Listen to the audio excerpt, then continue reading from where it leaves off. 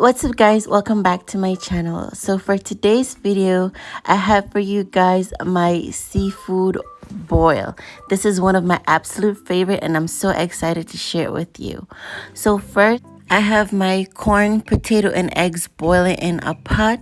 Now I'm putting my seasoning together. I'm using chili and lime, oregano, onion powder, red pepper, black pepper, Cajun seasoning, cayenne pepper, ginger powder, all-purpose seasoning, and last but not least, paprika.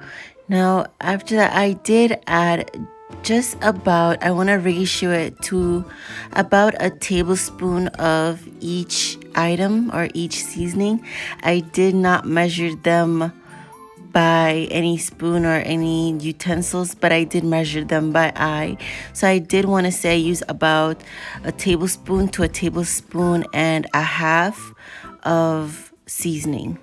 And I want to say the outcome was mild. It wasn't too spicy, but if you want more spice, you can add more of the cayenne and the paprika and the Cajun just to add a bit more spice to yours if you'd like. Or you can even add hot sauce. I didn't add hot sauce because I did have my daughter eating. So if you want more kick, add more spice. So now I'm through it, putting all of my ingredients together, and I'm just mixing it to make sure that everything is combined.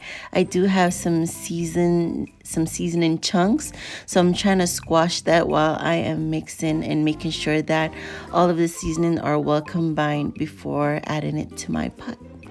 Now that I have my seasoning well combined, as I believe, I'm going to be using my sugar replacement as my sugar.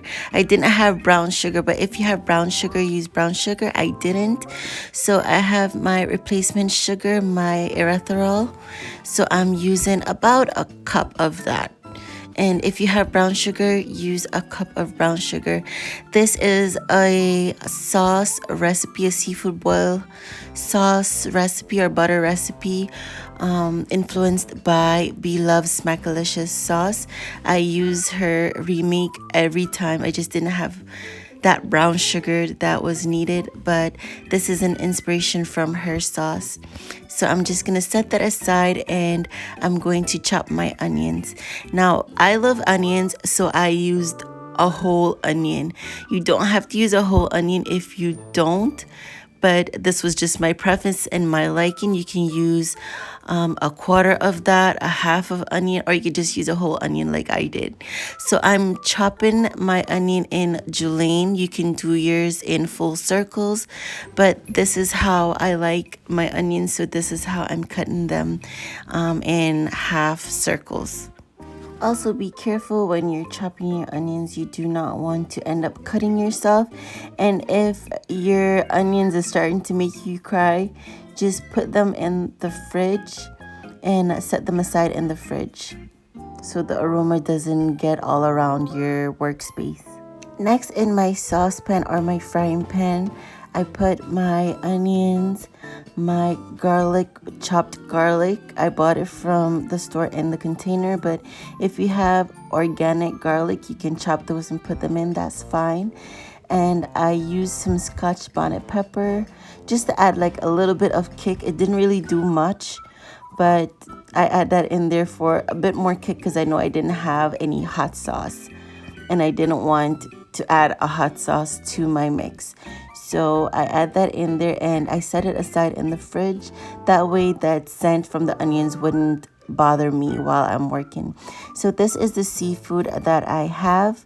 I used mussels. I had crab claws, and I had some Italian sausages and shrimp and lobster. These crab claws were the only thing I found in my store, but they were really good. But if you don't have or can find these, you can use the king crab or the snow crab. So this is how everything is looking so far. All of my potatoes, corn, and egg, they are completely cooked and I deshelled them. I already did the mussels, and the mussels are ready when they are opened. And I saved the crab for last because they are already pre-cooked in the packaging. And of course, the shrimp was last as well because they easily get overcooked. Next, I'm going to remove my pot from my fridge, and I'm gonna put that on the stove and turn my stove on high. And then I'm going to add a butter to my pot. This butter is 1 pound or 16 ounces. And I'm just kind of helping it separate apart because it's such a big block. So I'm separating it down into chunks just to help it melt down faster.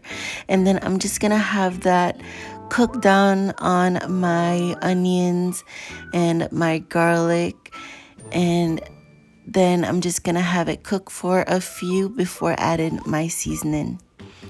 As the butter is melting down, you want to make sure that you are mixing it around just a little bit, just to make sure that all of your onions or your garlic and everything, as it's bubbling around the side, you want to make sure that you mix it around just so that it doesn't burn at the sides or at the bottom of your pot. And while I'm setting that aside to boil and cook a bit, I'm removing my crab claws from my pot, and I'm adding my shrimp. So you want to make sure that you don't leave your crabs in your pot for too long, because if it's already pre-cooked, it doesn't need much time in the pot.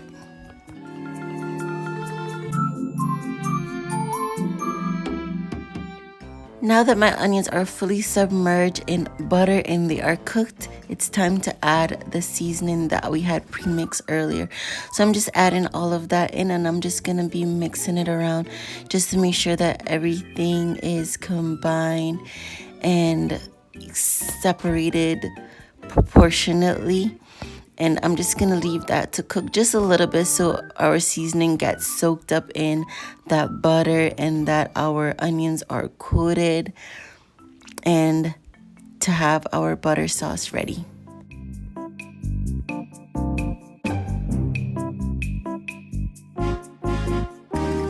And I'm also mixing around at the bottom just to make sure that those seasoning are not piled up in one space and burning. You do not want our seasoning or our butter sauce to burn. So now that it's complete, I added over my seafood and mixed it around. Make sure that is well combined and everything is coated. And this is our seafood boil. Let me know what you guys think in the comment section below. Let me know what else you guys want to see. And if you are not subscribed to my channel, subscribe. Like this video, and I'll see you guys in my next video. Bye.